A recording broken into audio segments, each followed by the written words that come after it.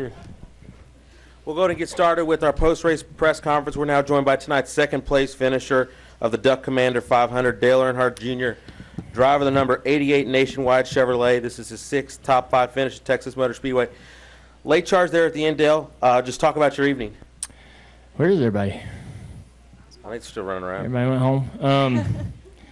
Well, we had a great car. You know, we didn't really know we had that good a car, but when the race started, we were real tight. We made some good adjustments to get the car handling well, and then really controlled the balance of the car the rest of the night with the track bar.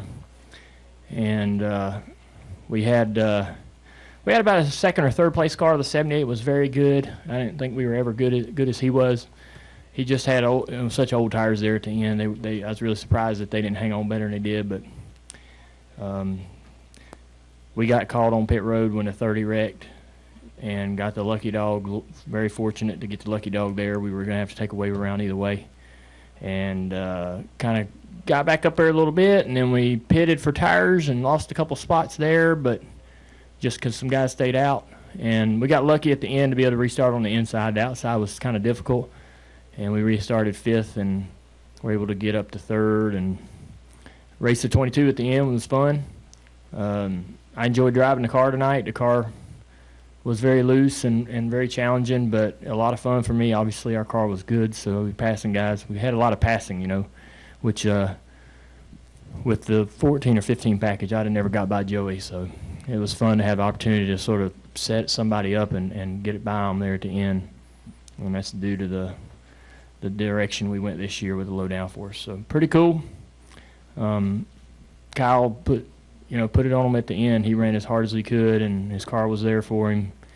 Sucks for Martin because he had such a great car, but Martin's just got to remember that he's going to get that opportunity again. They got a great team, so that's it.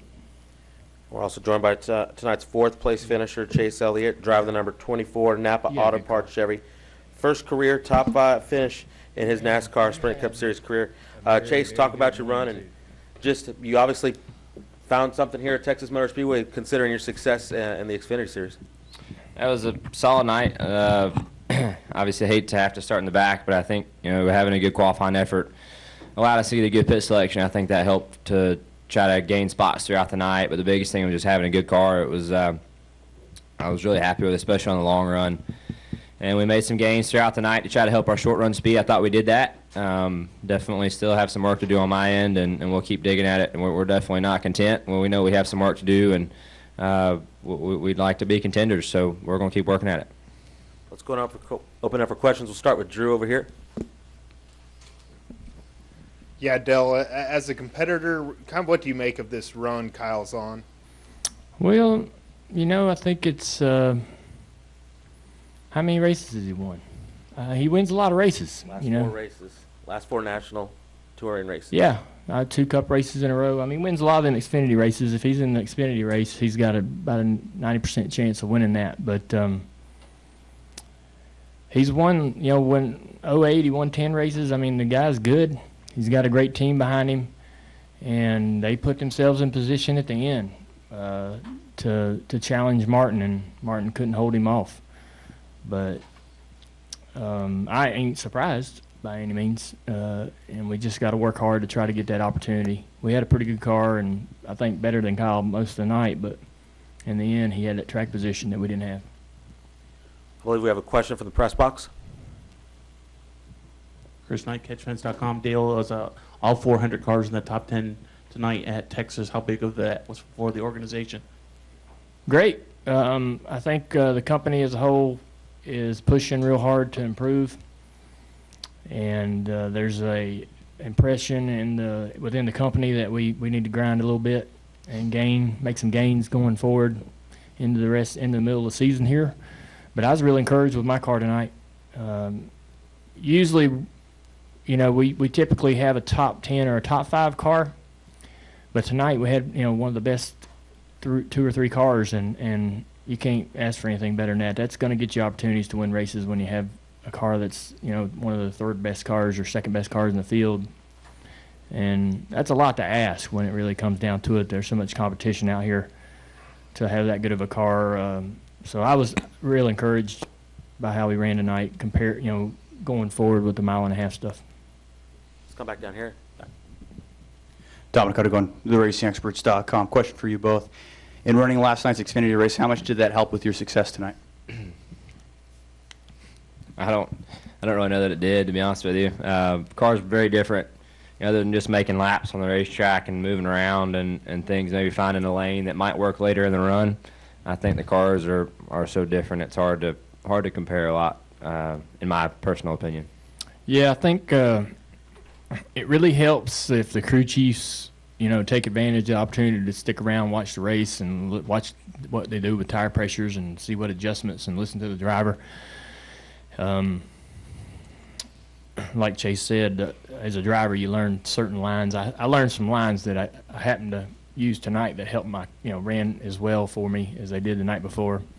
Particularly entering turn 3, I entered a lot lower and chopped a corner a lot better, or a lot more, I guess, than most guys. A lot of guys were arcing, and I could just beat them way deep into the middle of the corner, and I was doing that last night. But so there's some things out on the track that you learn, but I kind of rely on Greg to try to take advantage of that opportunity to learn the air pressure and stuff, because that stuff kind of correlates. But yeah, the cars don't drive anything like each other. Let's go come here to Holly, and then we'll go to Pete and then Joey. Holly Kane, NASCAR.com. Chase, I forgot to ask you about there, but how much discussion was there about having you come back in at the very end of pit? What went into that? Just it was Alan's decision to come back, and it was a quick decision. You didn't have a lot of time. Then once the caution came out, I think pretty much the first time we came back, pit road was open. So those crew chiefs are put in a position they got to make a call in a hurry, and they have all. They definitely have my respect, because I respect them for what they do, because that's tough spot to be in. But, as I've said, we're a team. I'm going to support his decision, right, wrong, or indifferent. So I was happy we did it, and we tried to make the most of it. Come up front to Pete. Pete Horonos, Race Talk Radio here in Dallas. For both of you guys, compared to the other tracks that you've run this year, how did you find the tire degradation here at Texas? Go ahead, buddy. Appreciate that. I would say probably not as much as Atlanta or Fontana. I would say this place is, to me, I haven't been racing here near as long as Dale, but I feel like Texas is becoming more and more like Atlanta the longer, or at least the past 2 or 3 times I've been coming here. So I think the longer we go, I think you'll see the racing improve as the racetrack wears out like it has at Atlanta. So to me, the surface and the tire wear and the change throughout a run is very similar to what I saw at Atlanta a few weeks ago. Yeah, it is like Atlanta, but without as many bumps, and I think that creates a little bit more security for the driver, because we don't have to deal with so many bumps and stuff and challenges like the Atlanta has so many bumps. But if we could get every track like this, we'd want it that way as drivers. This is perfect. Atlanta, all that wore out stuff, and we really want to be able to chase these cars around, and just when they're stuck like glue and you just can hammer down, that's not any fun. So what we was doing tonight is really where we enjoy it. Joey. Joey Barnes, Tribute Racing. Question for you both, kind of along the lines of the tires. There's a new right side tire compound that we saw here in Texas. Did you enjoy that more than what you had at Atlanta, or would you prefer more of that tire compound at these mile-and-a-halves? That's tough to say. I think I was happy that last year and the year before that, I don't remember what the weather did, but we had a lot of rubber on the track when the race started, but I unwound the right front tire in both those races in like 20 laps, and that just shouldn't happen. We do want the tire to wear out, and we do want the tire to slow down a lot. If we could get the more off throttle time we get, the better the drivers like it, because we can race. You can drive in the corner and try to outdrive somebody into the corner because they're lifting, and try to get in the gas way sooner than them. So that creates passing, but you don't want to be able. You want to be able to move up the racetrack, not worry about unwinding the tire or tearing the tire completely apart. So the tire tonight seemed to be a little more durable without being too hard, and it still wore, fell off, slowed down. The one thing we didn't see was the top groove really get great for anybody. A couple guys used it, but they seemed to fade real bad at the end of the run if they ran up there, like it wore their tires out more. Usually that top line's a lot more dominant, so that was disappointing, but I think that had a lot to do with the temperature. The cool temperature adds a little grip in the track, and that brings the groove down and makes that bottom groove a little more competitive. And I think that that's why we didn't really see a wide track, because it's so cool tonight. Running at night really brings the groove down, brings the grip into the track, and narrows up the track a little bit. But the tire was better. Sorry. Good. No, go ahead. I mean, I think just times two, really. I mean, I have a hard time telling much of a difference of the compound from here to Atlanta. I mean, to me, the surface of the racetrack is going to take over the feel of the car, I think, more than tire compound does. And like Dale said, we want them to wear out, and obviously don't want them to fall apart. So, you know, if you can find, that's a tough task. You know, we always talk about that and wanting tires to fall off. We also understand that Goodyear's in a very tough box. The people at Goodyear, I've been to their factory and watched them put together the tires. They do a really good job, and they work really, really hard at it. It's not a lack of effort. So they are put in a fine box because we want tires to wear out, but we don't want them to fall apart. So at some point, they kind of have to let us pick: run hard, fall apart, or save your stuff and don't. So, you know, at some point, you know, like I said, they're in a tough box, but I think they do a good job with it. Question up front, then we'll go to Bob. Hey, Bob. Start off with Bob, and then we'll go to Where you been? I've been out there talking to people. Bob Parker's ESPN. Dale, I mean, at the end there, Truex is kind of hung out to dry with the old tires. What's it like when, I mean, he's a friend of yours. You know he's had a dominant car, and you're passing him. I mean, do you feel any ounce of sorrow for him? Oh, at yeah, all? I feel bad for him. You love to see your friends do good. He had a great car tonight, and I was hoping, you know, obviously if we couldn't win the race that one of my teammates would, but also you're pulling for your buddies. So he had such a dominant car, but he's just got to remember that he's with such a good program now. He's in a very good position personally and professionally, and that he's got such a great crew chief and a great group of guys around him that he's going to get opportunities like this again. And, you know, he just has to not beat himself up or make it too hard on the guys. Just kind of bring you guys up and get them excited for the next race, and be excited about how fast your car was. You know, that's one of the things that's so hard to get in this sport is speed and be that competitive. It's so hard to do. You look into good runs every once in a while, but to be dominant, it's really hard to do. So he should be real proud of that, and just happy that his team's strong, and look forward to the rest of the year. Well, Lisa, and then back to Holly. Janine Cloud with Skirts and Scups. This is for Dale. At one point during the race, you were coming into pit, and Greg was going to just make an air adjustment, and you made a comment about, let me put this in perspective for you. Yeah. Could you talk a little bit about that and about the communication you have with him now? Yeah, you know, we sometimes we're not quite where we need to be on communication as far as, you know, if I tell him the car's loose, he's not quite, I guess maybe I need to be more descriptive in giving him understanding how loose the car is. Usually I got used to Steve just listening to my tone and knowing exactly what kind of adjustment to make. And so Greg, we were really, really loose. He was going to put a half a round wedge in the car and a half a pound in the right front, and I told him that I wanted to put it in perspective. The run before, I was 2 inches up on the track bar, and the last run I was 2 inches down, so I had a 4-inch swing in the track bar.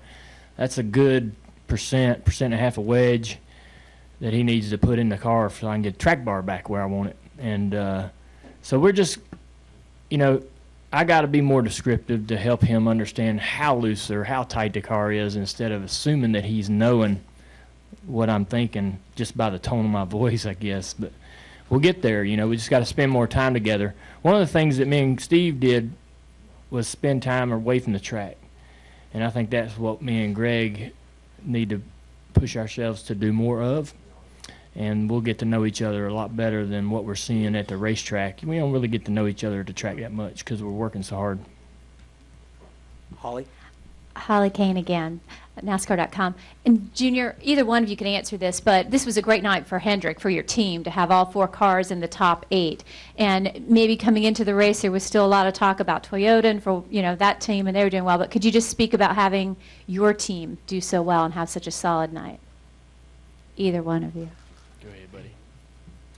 Yeah, I definitely think it was a solid night. It's not a perfect night. We would love to turn all 4 cars in the top 10 to all 4 cars in the top 5, and I think that's a goal we have to shoot for. I think we have a team and people that are capable of doing that. So we want to keep working at it. I think, as I said before, we're for us, we're excited to run the top 5. We're also not content, and we want to be contenders. And running 5th isn't a contender. You gotta be up, up a little higher. So that's our goal, and we'll keep working at it.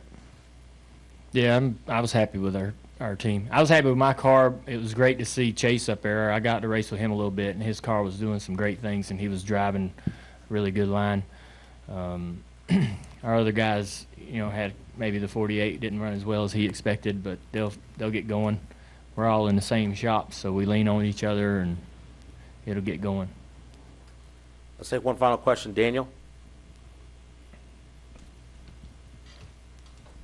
Dale McFadden, NBC Sports. Dale, yesterday Kyle Busch said that the Drivers' Council has met about 4 times so far this year. What have those proceedings been like this year compared to last year? What have the new members, Jimmy Johnson, Kyle Busch, and Brad Keselowski, what have they brought to the table? Yeah, just new perspective. It's going really good, and we're getting better at understanding what our role is as a group, and we're trying to represent the rest of the field and all the other drivers as best we can, trying to make sure that the things that we're asking for or working with NASCAR on are things that everybody feels we need, and we are starting to strengthen our relationship with the RTA competition committee and understanding how we need to work with them to go forward over the next several years with the things that we want in the sport and changes that we think could be better. But it's about kind of knowing your role and exactly what your job is as a driver. And we started out so clunky, and it was not working and not doing very well last year. By the end of the season, we were a runaway train. It was awesome. We were getting so much accomplished, and we got some new guys, but they're good guys that know a lot and very smart. So it's awesome to have them all in there and pushing real hard, and everybody's wanting the same thing. We get you fired up about what direction the sport's going in. I think we've made a lot of great changes in the last 12 months, 24 months that. I'm not saying the council has a lot of credit for it, but a lot to do with it. But we definitely have an influence, and it's a great feeling. Gentlemen, thank you very much. Thank you. Have a good.